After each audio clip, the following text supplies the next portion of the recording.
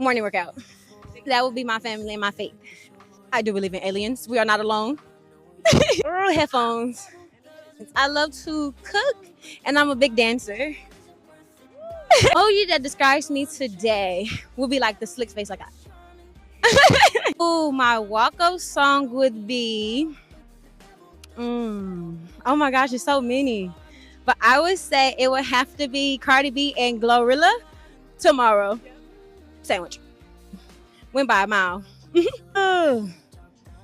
PR. After losing the opportunity to compete at the Tokyo Olympics after testing positive for THC and proving her prospect at the 2023 World Championships, Sha'Carri Richardson is all set to compete at the USA Olympic trials again to secure a spot on Team USA for the 2024 Paris Games.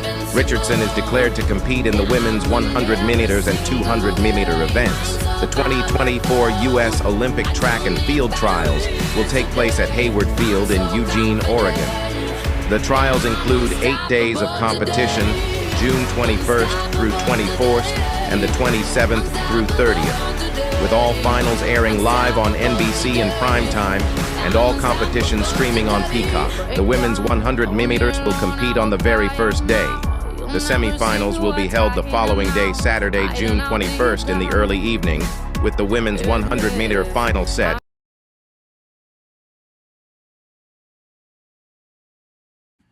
Hey everybody, this is Van Silk right here with Rock Bottom Sports.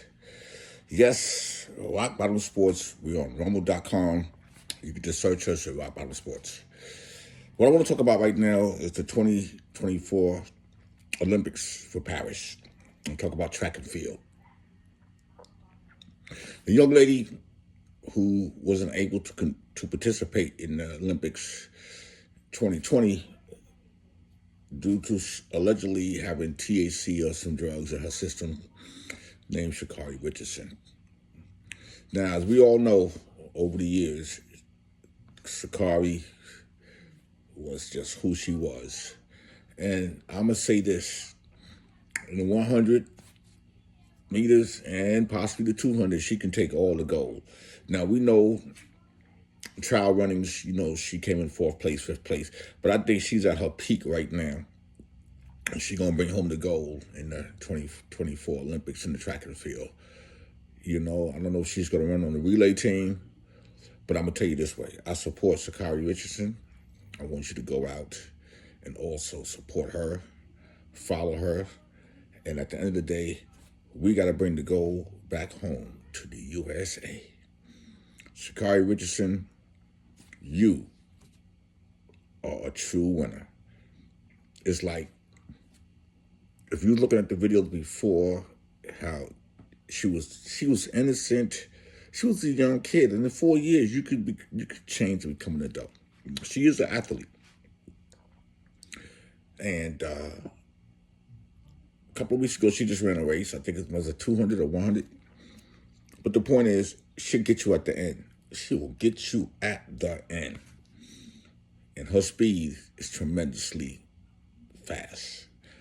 Listen, I'm going to keep covering her and the other track and field athletes before the Olympics start in I think, July. But Sha'Carri Richardson is my favorite. She's globally known worldwide. She might be, besides LeBron, active athletes. Besides LeBron, Sha'Carri Richardson. From a boxing standpoint, I can't even say. I'll have to go with Tank Davis. From baseball and hockey. I don't know, man. It's just so different today. But track and field, Sha'Carri Richardson. Bring the go home, baby. Bring it go. Bring the go home. This is Van Silk at Rock Bottom Sports. I'm here for you. You're here for me. Let's take it. Let's bring it. All the gold home to the USA. Rock Bottom Sports, rumble.com. I'm out. The penultimate event of the 2024 Prefontaine Classic, and listen to the reaction for the world champion. As Sonia said at the top, when you win the world title, That thing on your back isn't a number or a name. It's a target. And there's a big target on Sha'Carri Richardson this year as she gets ready for her first Olympics. And we've seen a number of world versus Olympic champions here today, and another one here in the 100. Yeah, and Elaine Thompson-Herah is opening her season here. Now, why open your season in a race this hot? It means that Elaine Thompson-Herah is probably ready to run. She and I flew in on the same flight earlier this week, and I looked at her and I thought, wow, she looks so ready. This is where her personal best was set in 2021 after the Olympic Games, the second fastest time ever. Here's Julian Alfred, the world indoor 60-meter champion from St. Lucia and the University of Texas. It's a loaded field and a lot of eyes on the world watching this to see who is going to emerge as the early season dominant 100-meter sprinter. So a season debut for the reigning Olympic champion. Debut in the 100 this season for the world champion. Women's 100. And we keep an eye on the middle of the track, but it's Julian Alfred now with the lead. But here comes Sha'Carri Richardson. World champion takes down the field at 10:83 for Sha'Carri Richardson. A lot of questions have been answered. Sha'Carri is ready for the Olympic trials, no doubt. But the Olympic champion, Elaine Thompson-Herah, really was adrift of this field.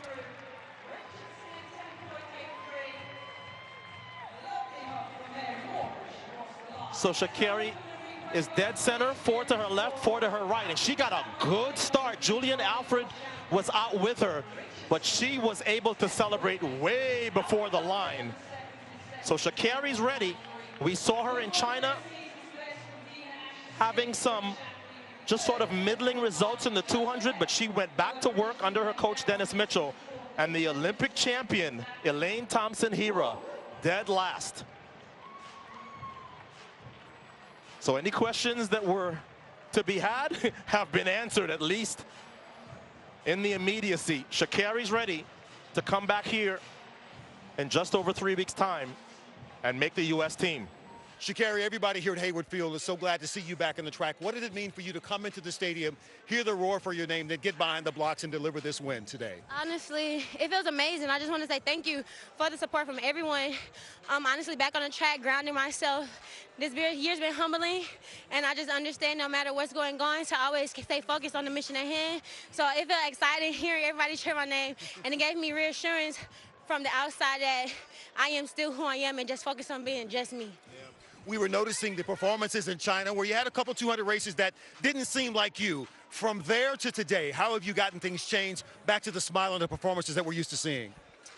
I'm going to answer this question how I feel like I should answer, and I'm going to say at the beginning of the season, definitely every race counted as an experience, as a lesson. I feel like the beginning of the season, again, was humbling for me to remain focused on the mission at hand despite what's going on outside, and I had to feel like that was humbling for me to remember who I was and to continue to just remain focused on what I have been doing, if that makes sense. Yeah, it does. Take us from the start. In the blocks, you're right there in the center of the track. You had a lot of other stars from other parts of the world there with you. Your focus, your mindset, the great start, and then the way you finished.